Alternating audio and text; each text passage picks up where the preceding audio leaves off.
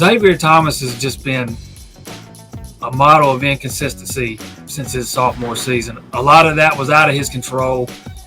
During the spring last year, he got sick. He had COVID, and then he got strep throat. And what a lot of us didn't know was he got up to over 290 pounds, and that's nowhere near being in football shape for a defensive end, not at this level anyways. And it kind of showed in his play on the field. He didn't play a ton of snaps last season. When he was in there, he sure didn't look like the Xavier Thomas that we saw of him as a freshman.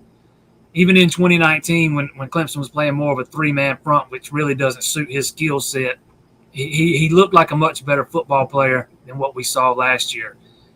And now coming into this fall camp, he's down to 265. He says he's in the best playing shape of his career. Brent Venables kind of echoed those sentiments last night after the final scrimmage of fall camp, saying they're getting the best version of Thomas they've gotten to date. And they're expecting a big season from Thomas. This is his money year, pretty much. This is his fourth year. A lot of people didn't even think he'd be here 4 years. Figured he'd play 3 years and be a first, second round draft pick. Hadn't worked out that way for him. But if he wants to maximize his draft potential, he's got to have that big season this year. And it sounds like those guys inside the program think it's coming for him. And it's a long time coming for him, too. Like I said, we expected it from him in his sophomore season. It didn't happen. Expected it from him last season. It didn't happen. Now here we are. We're in his senior season, still waiting for it. And it's now or never for him. Talking Clemson football here at the Voice of College Football. Please like the video, share the videos out on social media, because if you enjoy the content, others will as well. Jason Priester's here to break it down. Doesn't want to break up the team or anything. Break down the Clemson fall camp. They're about halfway through at this point. The other thing I'll hit you up with, Jason, would be the preseason polls. The AP released a few days ago. The coaches poll first.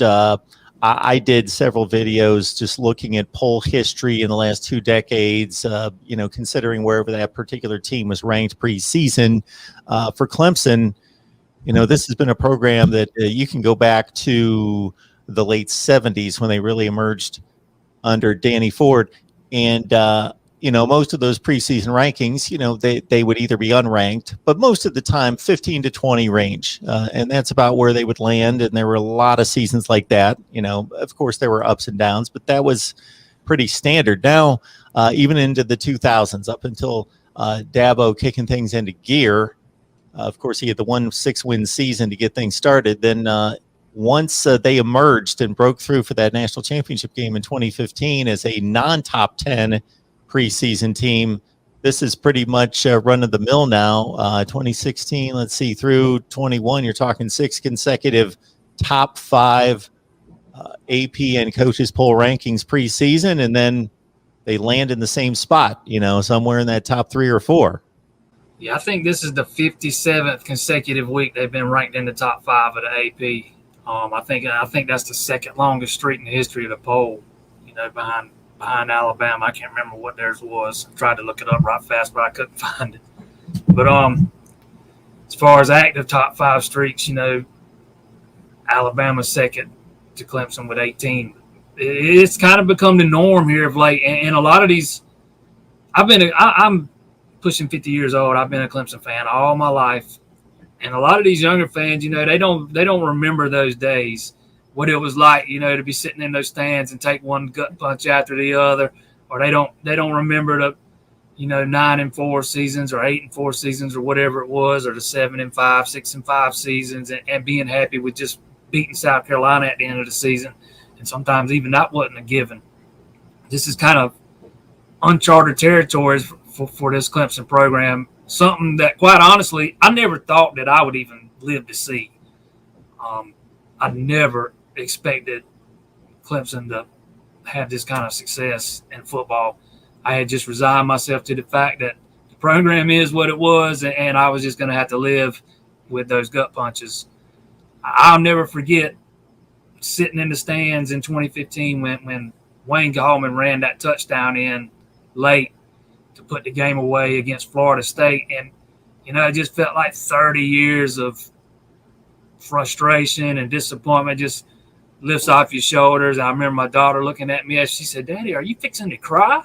I mean, And to me, that was the year they lost the national championship. I'd have been fine if they never even went back to the playoff again. I mean, that's just how much I had resigned myself to the fact that this program was never going to be where it is right now. It's really hard to believe how much success they've had under Dabo Swinney, And I'm a guy that did not believe in his hiring when he was first hired. I did not like the hire. I thought there were better options. And, I mean, I was obviously wrong. Not the first time. Won't be the last time.